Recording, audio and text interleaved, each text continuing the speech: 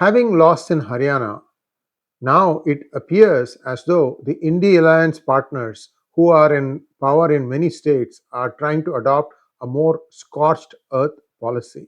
I'm going to look at three different states and how each one has got a twist of its own.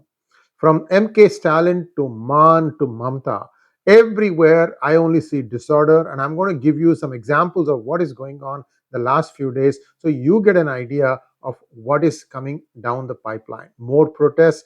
Punjab, again, farmers are lining up, trying to blockade the highways, all that and more. So, small request to all of you to please like this video, and if you have not already subscribed to our channel, to kindly subscribe to our channel. Let's first start with MK Stalin. Now, DMK, you know that they are masters at deception, trying to divert people's attention. If you look at any of the media channels in Tamil, everything is more or less controlled by DMK, maybe one or two exceptions, but then they put them in such a remote corner that users can't even access the channel number. So this is a game that they play because they also control the cable company that allocates the cable numbers. Anyway, so MK Stalin government has decided to arrest a Facebook responder who was responding to a Muslim post abusing Hinduism and its gods. And all that responder did, by the way, this responder is a small scale businessman, no affiliation with BJP, no affiliation with RSS, no affiliation with any political movement, no affiliation with any political party. Yet this person got arrested for merely responding to a Muslim person's post. You're pointing all these things about Hinduism, but if we show you the mirror, you don't like it. And based on that, looks like the original Facebook poster has filed a complaint and the police came and arrested. What happened to freedom of speech? By the way, I have a link in this video that will help the person, because in a similar case in the United States, especially on Facebook, the judge ruled that the person who is passing anti-Muslim remarks by way of a Facebook post is fully within his or her rights under the freedom of speech policy or enshrined in the United States Constitution. Freedom of speech is freedom of speech. They should be able to use this thing to get out of jail.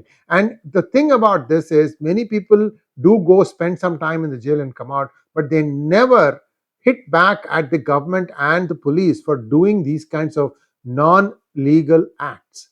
There are provisions in the law that you can go for, it's called malignant prosecution or something like that. It is being done willfully to try and shut you up. And it is possible to get justice from the courts. I don't know why people don't do that. Anyway, so that's a matter for a different day. This is as far as Tamil Nadu is concerned.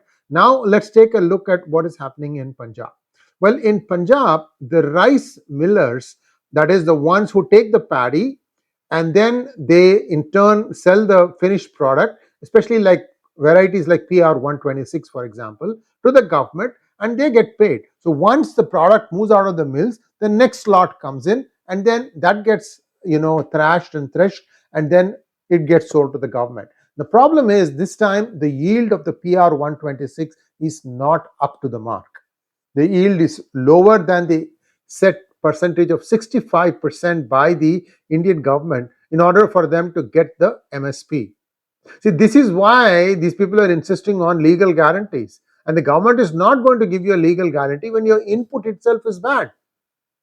So what is happening is, because the rice mills are not able to take new paddy, people are not harvesting the paddy. Remember that Haryana and Punjab started harvesting rice as a third crop in the year because Tamil Nadu didn't have enough water. So the output of rice from Tamil Nadu started falling down. The Indian government some decades ago decided to have Haryana and Punjab also harvest rice. We now know Chhattisgarh is one of the biggest producers of rice. So is Madhya Pradesh, and perhaps Jharkhand also will get into the act. So there is this oversupply problem also. So all this is now beginning to balloon over.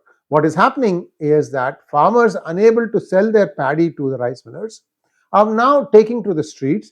They are filling up the highways and they are just putting out all their paddy on the roads.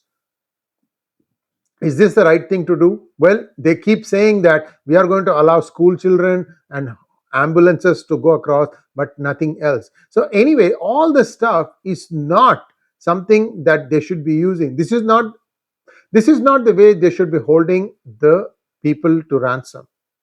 But be that as it may, where this problem now rests is if the government will still go ahead and take this output, or if government will say, well, sorry, the yield doesn't match our requirements, so you'll have to discard it, in which case the rice millers will suffer a loss. Paddy farmers also, because the paddy is on the fields and not cut, that is also beginning to rot. You need to take it out. There's only a certain amount of time period that you can let it stay there. This is beginning to become a big problem, but Mann government is now starting to blame the center for everything. You can't blame the center. The problem is that the yield is not good enough. So what is it that the government can do?